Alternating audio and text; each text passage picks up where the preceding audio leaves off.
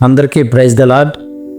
యూట్యూబ్లో వచ్చే బైబిల్కి సంబంధించిన కథలు అనేక భాషల్లో వస్తుండగా తెలుగు మాత్రమే తెలిసిన మన క్రైస్తవ బిడ్డలకి వీడియోలు చూస్తారు కానీ భాష అర్థం కాక ఇబ్బంది పడుతూ ఉంటారు. వారి కోసమై నేను అనేక భాషల్లో ఉన్న బైబిల్ స్టోరీస్ని తెలుగులోకి అనువదిస్తూ అందరికీ అర్థమయ్యే శైలిలో ట్రాన్స్లేట్ చేస్తూ వీడియోలు పెడుతూ ఉన్నాను. ఆ వీడియోలను అందరూ ఆదరిస్తారని భావిస్తున్నాను. మీరు నన్ను ప్రోత్సహించి నా వీడియోలను చూసి లైక్ చేయండి, షేర్ చేయండి మరియు నా ఛానల్ని సబ్స్క్రైబ్ చేయండి. తద్వారా నేను కొత్తగా పెట్టే వీడియోలు మొత్తం మీకు అందించబడుతుంది. తప్పనిసరిగా జ్ఞాపకం ఉంచుకోండి. మరీ రిక్వెస్ట్ చేసి చెప్తున్నాను, నా ఛానల్ని సబ్స్క్రైబ్ చేయండి. ప్రారంభంలో దేవుడు ప్రపంచాన్ని 6 రోజుల్లో సృష్టించాడు. ఆయన సూర్యుడు, చంద్రుడు, నక్షత్రాలు, భూమి, సముద్రాలు, మొక్కలు, జంతువులు, చివరకు మనుషుని సృష్టించాడు.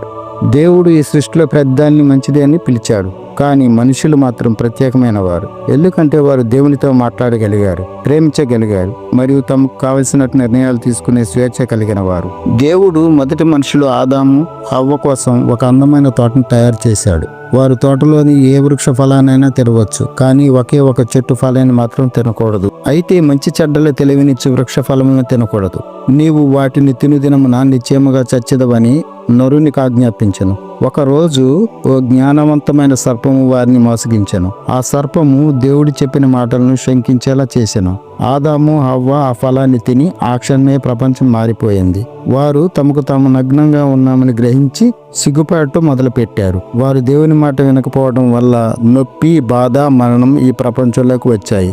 దేవుడు వారిని తోట నుండి పంపించి వేశాడు. కానీ దేవుడు వారిపై ఉన్న ఆశను వదలలేదు. ఆయన ఒక వాగ్దానం ఇచ్చాడు.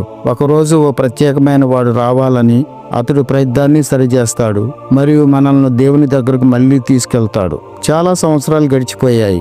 దేవుని ప్రజలు ఆ వాగ్దానం కొరకు ఎదురు చూశారు. అది విశ్వాస వీరుల ద్వారా తరం తర్వాత తరం ద్వారా వెళ్ళింది. నోవాహు గొప్ప జల ప్రళయం నుండి తన కుటుంబాన్ని, జంతువులను రక్షించడానికి ఓ పెద్ద ఓడను నిర్మించాడు. అబ్రహాము దేవుని మాటను నమ్మి తన ఊరిని వదిలి వెళ్ళాడు. మోషే దేవుని ప్రజలను ఐగుప్తు నుండి బానిసత్వం నుండి వెలుపలికి తీసుకొచ్చాడు. దావీదు ఒక చిన్న బాలుడైన ఓ రాక్షసుడిని ఓడించి రాజయ్యాడు. చాలా సంవత్సరాల తర్వాత ఒక బిడ్డ జన్మించెను. ఆయన పశువుల కొట్టంలో పుట్టాడు మరియు ఆయన్ని పత్తిగొడ్డలో చుట్టి పశువుల మేత మేసే తొట్లో పడుకోబెట్టారు. ఆ బిడ్డయే యేసు, ప్రపంచం అంతా ఎదురు చూస్తున్న రక్షకుడు. ఆయన పుట్టిన వెంటనే దూతలు పాటలతో ప్రకటించిరి, గొల్లలు వచ్చిరి, దూరం నుంచి జ్ఞానులు వచ్చి బహుమతులు ఇచ్చిరి. యేసు పెరిగి ఒక గొప్ప వ్యక్తిగా మారెను. ఆయన అనేక అద్భుతాలు చేసెను. చేతి స్పర్శతో, మాటతోనే అనారోగ్యాలను నయం చేసెను. అందులోకి చూపునిచ్చెను, తుఫాను నియంత్రించెను, ప్రేమతో మాట్లాడెను. నిరాకరించబడిన వారిపై ఎంతో ప్రేమ చూపెను. కానీ కొందరు యేసును ద్వేషించిరి. ఆయన చేసే అద్భుత కార్యాలు చూసి భయపడ్డారు. ఆయన దేవుడు పంపిన రాజు అని గుర్తించలేకపోయారు. వారు కుట్ర పన్నిరి. యేసు ఓ మిత్రుని చేత మోసగించబడ్డాడు. ఏ తప్పు చేయకపోయినా అతడు నేరస్తుడిలా శిక్షించబడ్డాడు. ఆయన శిలువపై మరణించెను, భయంకరమైన మరణం. అప్పుడు ఆశ అంతా నశించిపోయినట్లు కనిపించింది. కానీ 3వ రోజు అద్భుతం జరిగింది. యేసు తిరిగి బతికాను. అప్పటికి అందరికీ తెలిసినది, మరణం కూడా దేవుని ప్రేమను జయించలేనిది. ఇది ఒక సాక్ష్యం. యేసు నిజంగా రక్షకుడేనని, దేవుడు పంపించిన వాడేనని. తర్వాత యేసు తన స్నేహితులను సందర్శించి దేవుని రాజ్యం గురించి మరిన్ని బోధించెను. ఆ తర్వాత ఆయన స్వర్గానికి వెళ్ళాను. అయితే ఆయన ఒంటరిగా విడిచిపెట్టలేదు. ఆయన ఓ సహాయకుడైన పరిశుద్ధాత్మను పంపెను. పరిశుద్ధాత్మ మనల్ని నడిపిస్తాడు. యేసు మీద విశ్వాసం ఉంచాలని, మళ్ళీ దేవునికి దగ్గర అవ్వాలని.